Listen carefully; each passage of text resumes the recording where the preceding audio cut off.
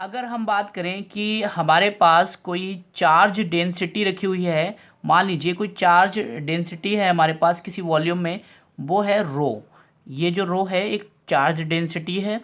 और यहाँ पर इलेक्ट्रिक फील्ड जो है हमारे पास, अगर इलेक्ट्रिक फील्ड की बात करें तो यहाँ पर इलेक्ट्रिक फील्ड जो है वो हम कंसाइडर कर रहे हैं ई को, वेक्टर ई हमारे पास क्या है, इलेक्ट्रिक फील्ड है यहाँ पर। ठीक है।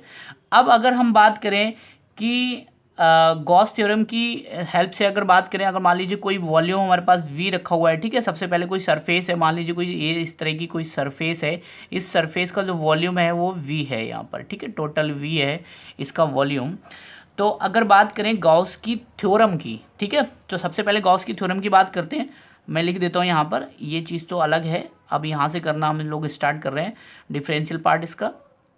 देखिए यहाँ से मैं कर रहा हूँ इसका डिफरेंशियल पार्ट। तो जो हमारे पास गॉस थ्योरम होती है एक्चुअल में, तो यहाँ पर लिख रहा हूँ मैं फ्रॉम गॉस थ्योरम। ठीक है। अब देखिए गॉस थ्योरम जो है वो क्या होती है, सरफेस इंटीग्रल। ठीक है, सरफेस इंटीग्रल, इसमें चाहें तो आप दो इंटीग्रल, चलो मैं दो का इंटीग्रल का यूज़ कर लेता हूँ। ठीक है, तो यहाँ पर जो होता है एक्चुअल में देखोगे तो ये होता है surface integral vector E D S vector equals to one by epsilon into, ये जो होता है देखिए ये कोई सरफेस है, इस सरफेस का टोटल जो आपका चार्ज होता है वो यहाँ पर लिखा जाता है। तो total charge of surface, total charge of closed surface, तो ये जो होता है टोटल चार्ज होता है यहाँ पे जो लिखा जाता है, तो ये जो होती है आपकी एक्चुअल में गॉस थ्योरम होती है। ठीक है, तो इसको थोड़ा और सॉल्व करते हैं। तो surface integral grill, okay, and E D S, इसकी बात करें तो 1/एप्सिलॉन इनटू, अब यहाँ पे देखिए total charge of close surface. अगर मैं इसके टोटल चार्ज की बात करूँ तो यहाँ पर मेरे पास चार्ज डेंसिटी कितनी थी पर यूनिट वॉल्यूम, वो थी रॉ। ठीक है, ये है रो, पर यूनिट वॉल्यूम जो डेंसिटी है वो कितनी है चार्ज यूनिट की, वो है रो। तो अगर मैं पूरे उसकी निकालूं, तो मैं अगर इसका इंटीग्रेशन कर दूं तो कोई दिक्कत है क्या, मैं यहाँ पर अगर उसका वॉल्यूम इंटीग्रल ले लूँ, क्योंकि चार्ज डेंसिटी जो पर यूनिट वॉल्यूम है वो कितनी है, रो है। तो अगर मैं इसका यूनिट वॉल्यूम ले लूँ, इसका मतलब है वॉल्यूम इंटीग्रल ले लूँ तो कोई दिक्कत थोड़ी है इसमें। तो ये जो होगा पूरे total charge of close surface के बराबर होगा। ठीक है, तो इसका मैंने क्या ले लिया यहाँ पर, ट्रिपल इंटीग्रल ले लिया। तो इसको मैं बोल देता हूँ इक्वेशन नंबर 1। ठीक है, यहाँ पर तक ये बात समझ में आ गई होगी आपके। अब बात करते हैं गॉस डाइवर्जन थ्योरम की, जो हमने वेक्टर एनालिसिस में पढ़ा था। ठीक है, तो मैं यहाँ पे लिख रहा हूँ फ्रॉम गॉस डाइवर्जेंस थ्योरम, इसकी बात कर लेते हैं। अब देखिए यहाँ पर हमारे पास वेक्टर फील्ड कौन सा है, ई है वेक्टर फील्ड। और गॉस डाइवर्जन थ्योरम क्या कहती है हमारे पास, वो भी यही कहती है कि surface integral E D S जो होता है वो volume integral divergence of vector E D V होता है। ठीक है, ये इसके इक्वल होता है। ये मैं नहीं कह रहा हूँ, ये गॉस थ्योरम कह रही है। ठीक है, इसमें हमने कुछ भी कन्वर्जन नहीं किया है, सिर्फ और सिर्फ गॉस डाइवर्जन थ्योरम को यहाँ पर लिखा है। ठीक है, इसको मैं बोलता हूँ इक्वेशन नंबर 2।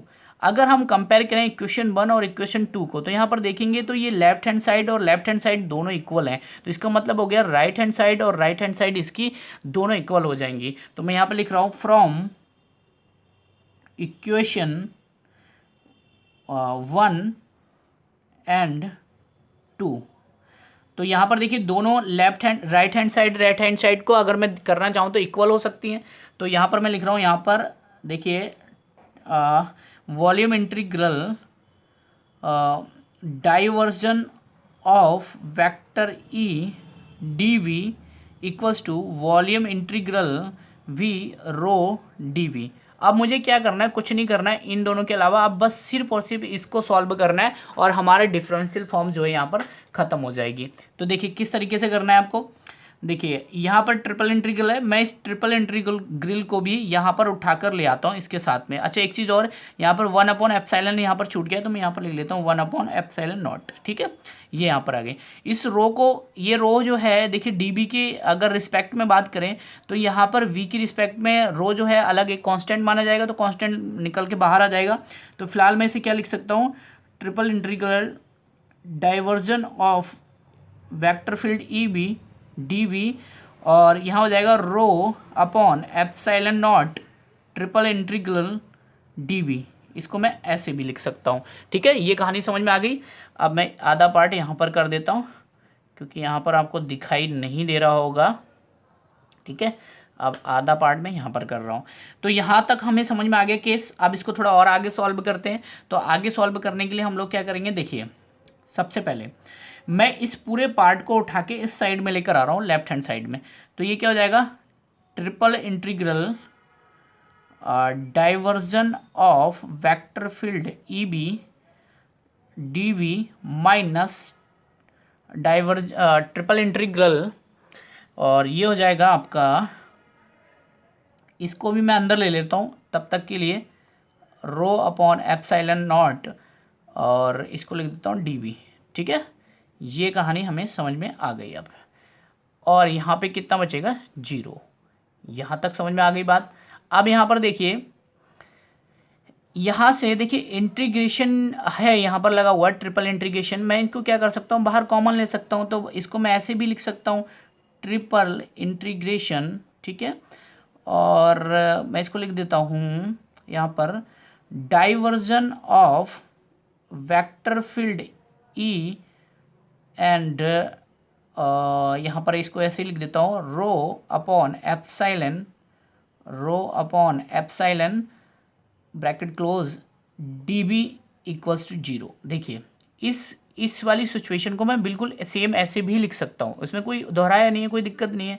ठीक है, अब यहाँ पर गौर से देखिए, ध्यान से देखोगे तो ये जो पूरा पार्ट है, ये वाला पूरा पार्ट देखिए, ये डी बी की रिस्पेक्ट में है ही नहीं।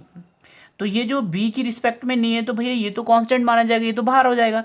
तो सिंपली हम इसको क्या लिख सकते हैं, diversion of vector field E minus rho upon epsilon naught triple integral, ये हो जाएगा डी बी इक्वल्स टू 0। अब यहाँ पर देखिए क्या हो जाएगा, इसको मैं सेम ऐसे ही लिख सकता हूँ भाई। देखिए diversion of electric field minus rho upon epsilon not, और इसका अगर मैं ट्रिपल इंटीग्रल करता हूँ डीबी की रिस्पेक्ट में तो केवल और केवल कितना बनेगा, v बनेगा इक्वल्स टू 0। और इस v को मैं इस साइड लाऊंगा तो यहाँ पर ये 0 के अपॉन में जाएगा तो ये कितना हो जाएगा, 0 हो जाएगा खुद ब खुद। तो यहाँ पर हमारे पास क्या बचने वाली है, देखिए यहाँ पर जो वैल्यू बचेगी वो divergence of E rho upon epsilon equals to 0। इसको मैं ऐसे भी लिख सकता हूँ, divergence of E vector E equals to rho upon epsilon naught. तो अब देखिए यही है आपकी गॉस थ्योरम की डिफरेंशियल फॉर्म। तो भैया ये थी आपकी गॉस थ्योरम की डिफरेंशियल फॉर्म।